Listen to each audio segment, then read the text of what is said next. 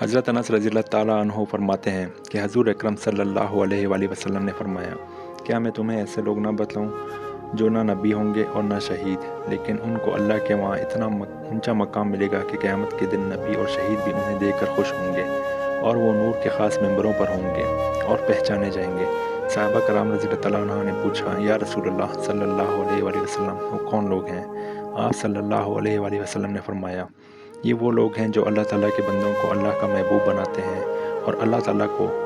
اس کے بندوں کا محبوب بناتے ہیں اور لوگوں کے خیر خواہ بن کر زمین پر پھرتے ہیں۔ میں نے عرض کیا، یہ بات تو سمجھ میں آتی ہے کہ وہ اللہ کو اس کے بندوں کا محبوب بنائے، لیکن یہ سمجھ نہیں آ رہا کہ وہ اللہ کے بندوں کو اللہ کا محبوب کیسے بنائیں گے۔ آپ صلی اللہ علیہ وسلم نے فرمایا، یہ لوگ اللہ کے بندوں کو ان کاموں کا حکم دیں گے جو کام اللہ کو محبوب اور پسند ہے، اور ان کاموں سے روکیں گے جو اللہ کو ناپسند ہے۔ وہ بندے جب ان کی بات مان کر اللہ کے پسندیدہ کام کرنے لگ جائیں گے تو یہ بندے اللہ کے محبوب بن جائیں گے۔